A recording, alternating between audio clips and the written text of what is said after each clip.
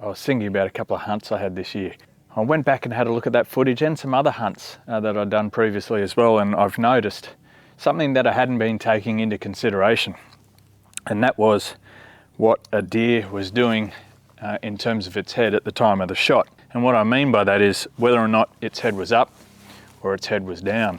And one of the things that occurred to me after reviewing the footage is whenever a deer's got its head down, its ability to duck the string is greatly improved. And these two videos I'm going to use as examples, very similar. Two deer by themselves, both very skittish coming in and a bit jumpy, pretty much the same distance.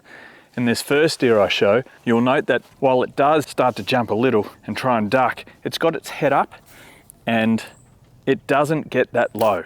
We'll say maybe 2-3 inches, if that, we'll say 2 inches. Whereas this second deer, it's got its head down feeding. And because its head's already down feeding, its center of gravity is lower to the ground, and it actually allows it to sort of whip its body in this motion. I'll go side on. So it sort of whips its body like this, doing somewhat of the worm, if you will. By doing that, it's able to get its chest and torso down to the ground a lot quicker. And if I play them side by side, you can see how much of a difference there actually is between those two shots with the head up and head down.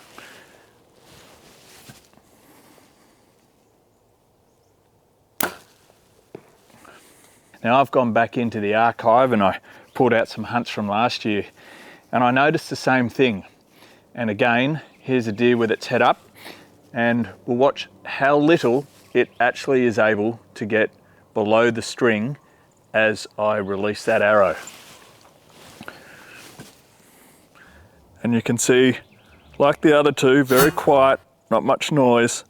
That deer maybe gets an inch or two, if that. Whereas this fourth video, the deer's kind of midway. It's not all the way up, it's not all the way down.